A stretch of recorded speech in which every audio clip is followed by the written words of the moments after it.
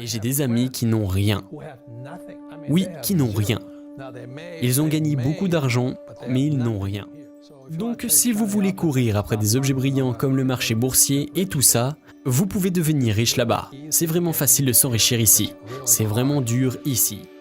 Donc c'était mercredi. Mercredi soir, j'étais dans un avion pour Lima au Pérou. J'ai dû payer le plein tarif. J'ai payé mon propre trajet. La plupart des employés ne peuvent pas supporter ça, parce qu'ils n'ont pas d'argent. Ok, encore une fois, c'est Robert Kiyosaki. Nous sommes ici pour parler de Mademoiselle Alex. Et nous parlons aussi de l'éducation financière pour les millennials et d'argent. Et je suis content qu'elle me demande tout ça comme elle est très jeune. Parce que l'une des plus grandes erreurs, je l'entends encore aujourd'hui, de la part des jeunes, oh, je n'ai pas à m'inquiéter parce que je suis encore jeune. Ouais, et c'est l'erreur fatale pour la plupart des gens. Parce que finalement, tu deviens vieux et tu n'es plus jeune. Donc c'est une façon de parler quand je parle d'actifs et de passifs. L'une des choses les plus importantes que vous avez dans votre vie est le temps. C'est l'un de vos plus grands actifs ou passifs. Et vous savez, je viens d'avoir 70 ans. Et j'ai des amis qui n'ont rien. Oui, qui n'ont rien. Ils ont gagné beaucoup d'argent, mais ils n'ont rien. Ils ont de belles maisons, de belles voitures, 16 femmes, 19 enfants, je ne sais quoi d'autre, vous comprenez où je veux en venir. Mais c'est super d'être jeune, sauf que ça peut être un handicap pour vous. Parce que quand vous êtes jeune, on s'amuse beaucoup. Et la vie est excitante, vous savez, tout est nouveau. Cependant, le truc, c'est que c'est la façon d'aujourd'hui. C'est que tant de gens passent leur temps à se concentrer ici. Ils veulent gagner beaucoup d'argent. Et je veux l'entendre dans leurs paroles. Ils disent « Oh, je veux une carrière ». Ça, c'est une carrière. Ok. Ou je vais créer ma propre entreprise. Je vais faire un tableau représentant ici, ce que nous avons vu. C'est le cash flow du livre numéro 2. E égale employé. S égale petites entreprises, indépendant ou un spécialiste comme un médecin, un avocat ou un web designer. B égale grande entreprise, 500 employés ou plus. Et I, un investisseur professionnel. Donc, quand j'avais ton âge, je savais que je voulais en arriver là. Ça prend du temps. Et c'est le plus dur, tu sais. C'est ici que les gros bonnets et Kim et moi sommes. Et la quantité d'argent est énorme. Mais il faut du temps pour y arriver. La grosse erreur que je vois les jeunes faire est de se concentrer ici. Et leurs mots sont « je vais faire ce que j'aime ». C'est la voie à suivre. Vous voyez, dans la vie, parfois, tu dois faire ce que tu détestes. Par exemple, les gens pensent que j'aime écrire des livres. Je déteste écrire des livres, mais ça remplit mon but dans la vie. Ce n'est pas ma passion, mon but dans la vie. Parce que mon but était d'arriver ici. Beaucoup de ces gars sont piégés ici à faire ce qu'ils aiment. Et comme nous en avons parlé dans les épisodes précédents de cette émission, vous payez les plus grosses taxes. 40% ici, 60% de taxes ici, 20% ici et puis 0 ici. Donc, quand j'étais dans ma jeunesse, avant mes 20 ans, je savais que je voulais aller ici. Et ce n'était pas faire ce que j'aime. Je devais apprendre ce que je ne voulais pas apprendre. Je devais faire ce que je détestais. J'ai dû apprendre les taxes. J'ai dû apprendre les dettes. J'ai dû prendre des cours. J'ai dû apprendre les assurances. Donc je faisais beaucoup de choses que je détestais faire pour pouvoir venir ici. Ces gars ne font jamais ça, parce qu'ils veulent vivre leur passion. Je veux vivre ma passion. La différence est que la passion est avide. Le but est pour les vrais gens. Donc mon but était de venir ici pour pouvoir servir plus de gens. D'accord, donc j'ai des employés ici et tout ça. Je n'achète pas d'actions, d'obligations, de fonds mutuels parce qu'en tant qu'investisseur professionnel, je peux créer mes propres actifs. D'accord, des commentaires sur quoi que ce soit jusqu'à présent? Ouais, si vous demandez à n'importe qui, ils disent tout ce qu'ils veulent faire, ce qu'ils aiment. Et ils parlent d'ici. Et c'est ici que vous êtes imposés. Ouais. Et en venant ici, j'étais bien ici parce que je n'avais pas beaucoup d'argent. Parce que le gouvernement prend tout votre argent de toute façon, non. 40% de taxes, personne ne va vous poursuivre. Mais si vous venez ici, ils vous poursuivent. Ok, donc j'ai dû apprendre les poursuites judiciaires. Je détestais ça, mais je l'ai appris. Donc c'est la grande erreur pour les jeunes gens qui disent qu'ils vont faire ce qu'ils aiment. Ce qui est bien ici, mais qu'est-ce que vous aimez le plus? Eh bien, j'ai aimé ma liberté. Je sais que ça semble cupide, mais j'aime gagner de l'argent. Je préfère avoir beaucoup d'argent que pas d'argent. J'ai été les deux. J'ai été fauché, j'ai eu des problèmes et tout. Mais je préfère avoir beaucoup d'argent. Donc ça valait la peine pour moi de venir ici. Les grosses erreurs que je vois les jeunes gens faire est ici. Vous savez, ils pensent à ce qu'ils veulent faire, ce qu'ils aiment. Et ce que je dis aux millennials en ce moment, maintenant, investissez dans ce que vous aimez. Il y a une très grande différence. En d'autres termes, pensez à ce côté en premier. La plupart des gens, ou devrais-je dire les gens aveugles, pensent que c'est ça ou que c'est ça.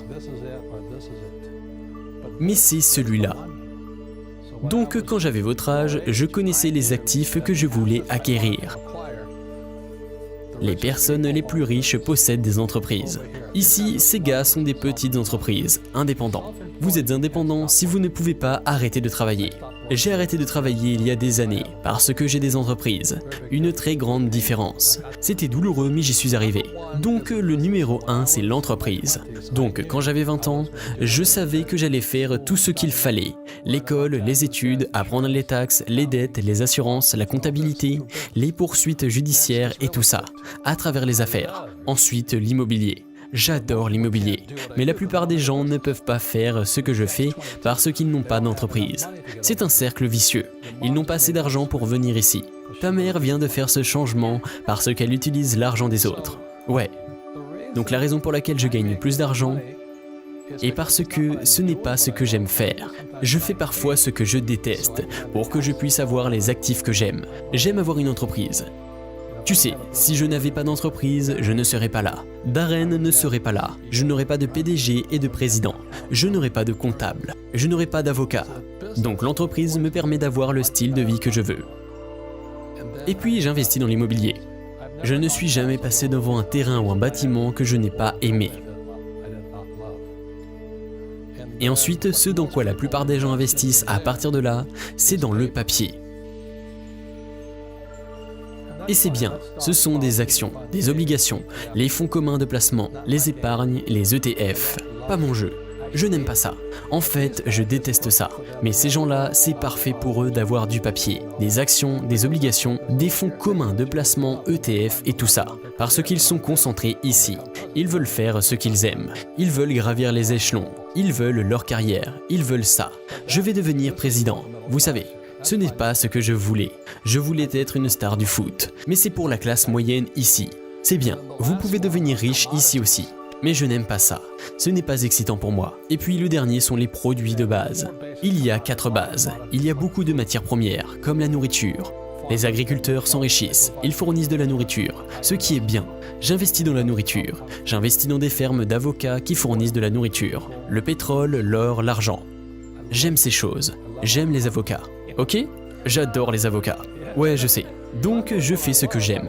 J'aime les arbres, j'aime les plantes, vous savez, des choses comme ça. Donc, je fais ce que j'aime ici, ici et ici.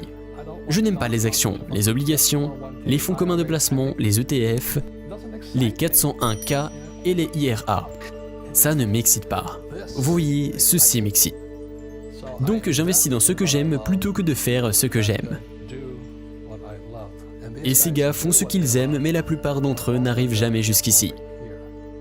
Et c'est comme Steve Jobs, Zuckerberg, Bezos d'Amazon, et ils ont tout l'argent du monde. C'était mon plan. Des commentaires, des questions là-dessus ? Donc, comme vous l'avez mentionné, beaucoup de gens parlent de comment ils veulent faire ce qu'ils aiment, n'est-ce pas ? Et je pense que vous avez un point très valable sur l'investissement dans ce que vous aimez. Parce que beaucoup de gens, juste pour dire qu'ils sont des entrepreneurs ou qu'ils investissent, ils investissent dans le Bitcoin ou les crypto-monnaies. Et j'avais l'impression que je ne m'occupais pas vraiment de ce que j'aimais ou que je me perdais parce que je n'étais pas vraiment intéressé par le Bitcoin. Mais j'ai réalisé que ce n'était tout simplement pas mon truc. Je n'investis pas dans ce que j'aime si je le fais avec des bitcoins. Ce que je veux faire, c'est investir dans l'immobilier. Donc j'adore regarder les propriétés. J'aime regarder des maisons à retaper, et regarder les chiffres. C'est ma passion. Peut-être que je tiens ça de ma mère, qui sait. Mais les bitcoins ne sont pas mon truc. Donc je n'ai aucune raison de sentir que je ne fais pas ce que j'aime, juste parce que je n'investis pas dans le bitcoin. Et c'est un peu l'attitude. Dans mon monde, comme je l'ai dit, je vois des gens. Ils courent après des objectifs brillants. Et l'objet brillant signifie que quand vous pêchez, vous lancez un appât, ce petit objet brillant va, et le poisson vient et imite l'éclaboussement et s'enfuit. C'est ce que font la plupart des gens. Le Bitcoin aujourd'hui est un objet brillant. Je ne dis pas que vous ne pouvez pas faire beaucoup d'argent avec ça, mais la plupart des gens courent après des objets brillants. Ils veulent faire de l'argent. Ils ne construisent pas un actif ici. La raison pour laquelle je ne le fais pas ici, c'est le risque le plus élevé. Voilà ce que je sais. Plus le risque est élevé, plus il faut d'éducation. Par exemple, si je prenais l'avion. Vous savez, si je voulais juste voler avec mon petit Cessna 172 autour de ici, il n'y a pas beaucoup de risques. Mais quand j'ai dû aller au Vietnam pour voler, le risque a augmenté. Je devais étudier plus dur, devenir meilleur, travailler plus dur. La raison pour laquelle la plupart des gens restent dans le papier, les 401K, les IRA et la chasse aux objets brillants comme le Bitcoin, c'est parce qu'ils ne veulent pas prendre le risque ici. Ils sont énormes. Vous devez étudier.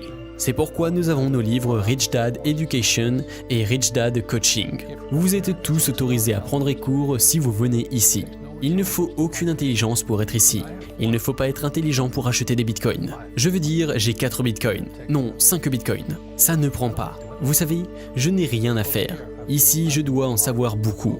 Ici, je dois en savoir beaucoup de choses. Je dois étudier. Donc, si vous voulez courir après des objets brillants comme le marché boursier et tout ça, vous pouvez devenir riche là-bas. C'est vraiment facile de s'enrichir ici. C'est vraiment dur ici. Des commentaires, des questions? Est-ce que ça a du sens? Ouais, il court après des objets brillants. Donc je suis d'accord avec vous quand vous parlez du Bitcoin. Il est un objet brillant dont tout le monde court après, n'est-ce pas? Et une de mes histoires préférées que vous avez racontées est à propos de votre mentor Frank. Quand il vous a envoyé au Pérou pour que vous puissiez apprendre une précieuse leçon sur peut-être quelque chose qui n'était pas un objet si brillant et qui est devenu un objet brillant. Parce que les objets brillants changent tous les jours. Je voulais apprendre, tu sais, ils ont des ICO. Initial Coin Offering. Je voulais apprendre les IPO. L'offre publique initiale. Et c'est comme ça que tu prends une entreprise et la transformes en papier. Vous la transformez en action. Donc je suis allé voir mon ami Frank qui était un dur à cuire ici. Je ne sais pas combien d'entreprises il a commencé à rendre public. Et je lui ai dit Frank, et il ne me connaissait pas beaucoup.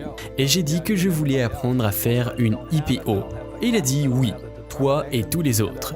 Il a dit la plupart des gens n'ont pas le courage, et ils n'ont pas les tripes, et ils n'ont pas la détermination. Et ce sont des mauviettes. Et j'ai dit je veux apprendre. Il a dit à quel point? C'était ici à Scottsdale, Arizona. J'ai dit vraiment beaucoup. Il a dit ok, c'est mercredi, soit à Lima au Pérou samedi. J'ai dit samedi? Et nous étions en train de tourner notre vidéo pour le jeu Cashflow. Il a dit à quel point tu le veux? J'ai dit je le veux plus que tout. Il a dit tu sais, tu vas rencontrer mon président à Lima. Frank n'a jamais voyagé. Tu rencontres mon président à Lima et je découvrirai à quel point tu le veux. Donc c'était mercredi. Mercredi soir, j'étais dans un avion pour Lima au Pérou. J'ai dû payer le plein tarif. J'ai payé mon propre trajet. La plupart des employés ne peuvent pas supporter ça, parce qu'ils n'ont pas d'argent. J'ai pris l'avion pour Lima au Pérou. Je suis allé voir 3 mines d'or avec le président de Frank. C'était une expérience, une éducation, que je n'aurais jamais eue si je n'étais pas parti. Ça m'a coûté probablement 15 à 20 000 $, rien que pour le billet d'avion. Je suis revenu le mardi pour parler à Frank et j'ai dit « Frank, il n'y a rien là-bas ». Il m'a dit « J'aurais pu te le dire, alors pourquoi tu m'as envoyé ?» Je voulais savoir à quel point tu veux vraiment apprendre. Il dit que la plupart des gens n'ont pas envie. Ils veulent un travail, ils veulent la sécurité de l'emploi, ils veulent un chèque de paie, ils veulent un plan d'épargne retraite. Et c'est pourquoi ils ne peuvent pas venir ici. C'est pourquoi ils n'ont pas le droit de venir ici. Rien de bien ou de mal, vous savez. Je ne veux jamais être ici. Je savais, quand j'avais ton âge, je voulais venir ici. Mais plus le risque est grand, plus les retours sont élevés. Mais aussi plus grand est le dévouement, l'éducation et les études que tu dois faire. Et je gagne des millions et des millions. Je gagne plus en un jour que beaucoup de personnes dans une vie. Mais ça en valait la peine. Est-ce que j'ai perdu? Parfois oui, mais ça en valait la peine. Tu vas à l'école ici, tu ne prends aucun risque. C'est pour ça que mon pauvre père était pauvre. Il n'aimait pas faire des erreurs. D'accord? J'adore cette histoire, Robert. Merci de l'avoir partagée. Je vais vous laisser un dernier mot qui est très, très important pour que les jeunes gens comprennent. Et ce mot s'appelle la liquidité. La raison pour laquelle c'est mieux que la plupart des gens, c'est parce que c'est liquide. Vous pouvez acheter une action. Vous faire une erreur, vous sortez. Vous achetez un ETF, vous faites une erreur, vous sortez. C'est bien, c'est important. Au moment où tu vas dans l'immobilier, tu n'es pas liquide. C'est pourquoi tu dois être intelligent en y entrant. Parce que si tu fais une erreur, tu ne peux pas t'en sortir. Tu achètes un mauvais morceau de propriété et ce sont les problèmes. Et c'est pareil pour les entreprises. Tu es là-dedans. Tu es solide, tu ne peux pas en sortir. Rich Dad a eu des problèmes, tu sais, avec l'argent et toutes les entreprises en ont. Je ne peux pas abandonner. Les employés démissionnent et partent et ils courent comme des petits rats, tu vois? Mais si tu es ici ou ici, vous ne pouvez pas en sortir. C'est pourquoi la liquidité est cruciale. C'est très important ce que je veux dire. C'est pourquoi j'ai le Rich Dad Coaching et j'ai Rich Dad Education. C'est pourquoi nous avons tous nos programmes. Mais la plupart des gens ne sont pas prêts à faire l'étude, parce qu'ils veulent faire ce qu'ils aiment, plutôt que investir et acquérir ce qu'ils aiment. Cela a du sens pour vous? Oui, tout à fait.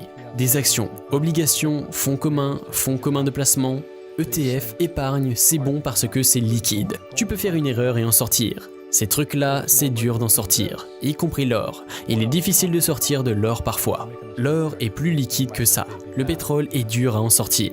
Tu fais une erreur là, tu vas avoir de grosses difficultés, tu sais. L'argent est assez facile, mais le mot important est liquidité. Moins il y a de liquide, plus votre QI financier est élevé. QI financier. Tu dois être tellement plus intelligent. Et la plupart des gens, ils l'ont. Ils ont cette capacité à être intelligents. Mais ils préfèrent faire ce qu'ils aiment plutôt que d'investir dans ce qu'ils aiment. C'est compris? Oui, bien sûr. Merci Robert. Je veux aussi vous remercier pour avoir partagé ce sujet sur l'investissement dans ce que vous aimez, parce que j'espère que cela peut être un guide pour chaque millénial, contrairement à ce qu'on nous a traditionnellement enseigné de faire ce qu'on aime.